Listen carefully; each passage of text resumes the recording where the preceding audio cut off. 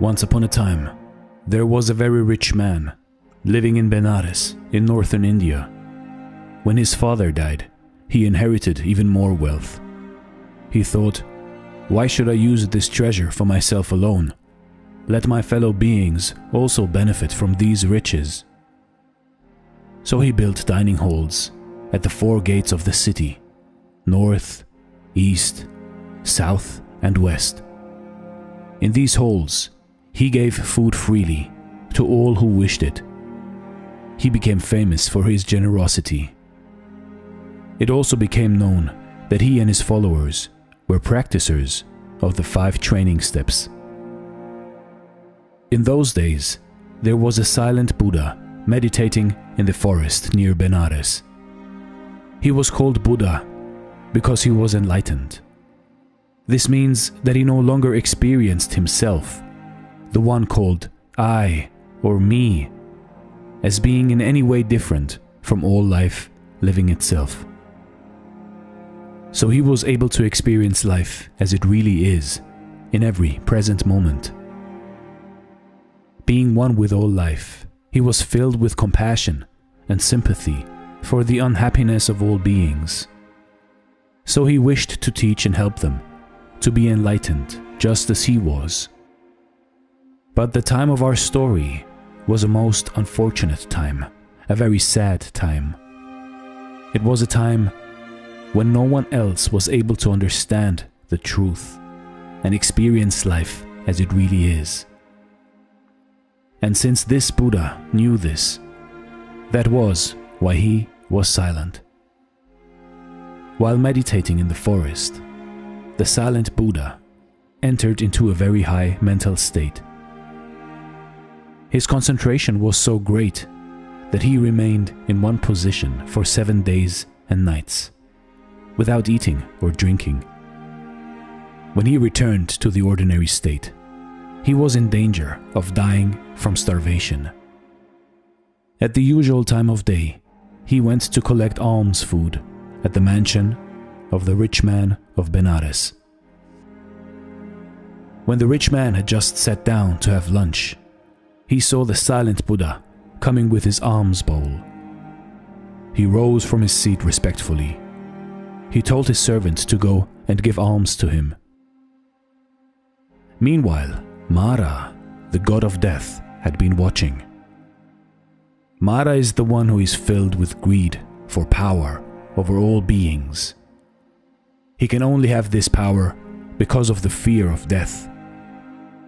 Since a Buddha lives life fully in each moment, he has no desire for future life and no fear of future death. Therefore, since Mara could have no power over the silent Buddha, he wished to destroy him.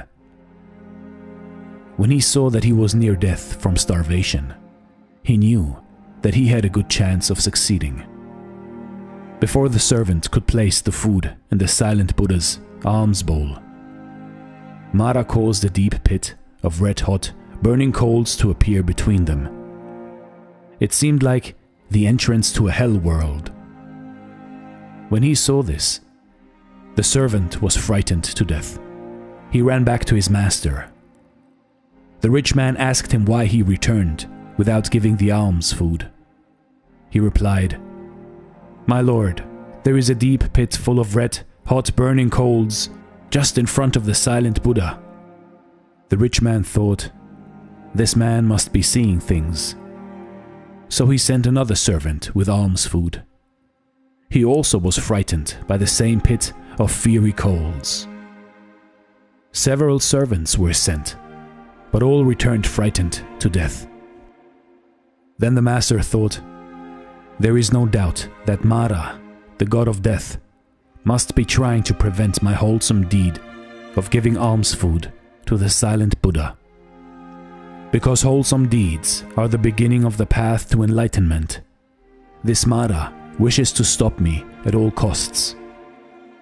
But he does not understand my confidence in the silent Buddha and my determination to give. So he himself took the alms food to the silent Buddha. He too saw the flames rising from the fiery pit. Then he looked up and saw the terrible god of death floating above in the sky. He asked, "Who are you?" Mara replied, "I am the god of death." "Did you create this pit of fire?" asked the man. "I did," said the god. "Why did you do so?"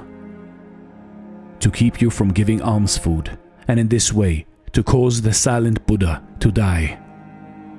Also to prevent your wholesome deed from helping you on the path to enlightenment, so you will remain in my power." The rich man of Benares said, "O Mara, god of death, the evil one, you cannot kill the silent Buddha, and you cannot prevent my wholesome giving. Let us see whose determination is stronger." Then he looked across the raging pit of fire and said to the calm and gentle enlightened one, "O silent Buddha, let the light of truth continue to shine as an example to us. Accept this gift of life." So saying, he forgot himself entirely, and in that moment there was no fear of death. As he stepped into the burning pit, he felt himself being lifted up by a beautiful, cool lotus blossom. The pollen from this miraculous flower spread into the air and covered him with the glowing color of gold. While standing in the heart of the lotus, the great being poured the alms food into the bowl of the silent Buddha. Mara, god of death, was defeated. In appreciation for this wonderful gift, the silent Buddha raised his hand in blessing. The rich man bowed in homage, joining his hands above his head. Then the silent Buddha departed from Benares and went to the Himalayan forests. Still standing on the wonderful lotus, glowing with the color of gold, the generous master taught his followers. He told them that practicing the 5 training steps is necessary to purify the mind. He told them that with such a pure mind, there is great merit in giving alms. Indeed, it is truly the gift of life. When he had finished teaching, the fiery pit and the lovely cool lotus completely disappeared. You see in life, in your life, have no fear when doing something good. Have no fear when doing wholesome deeds. When your heart is in the right place, have no fear, for if you are doing the right thing, helping the poor, helping the weak, helping the elderly, you are not only helping them, but you are helping yourself to find enlightenment, to become enlightened. So have strength and courage when you do something good. Be fearless, my friend. Be fearless. This is Dare to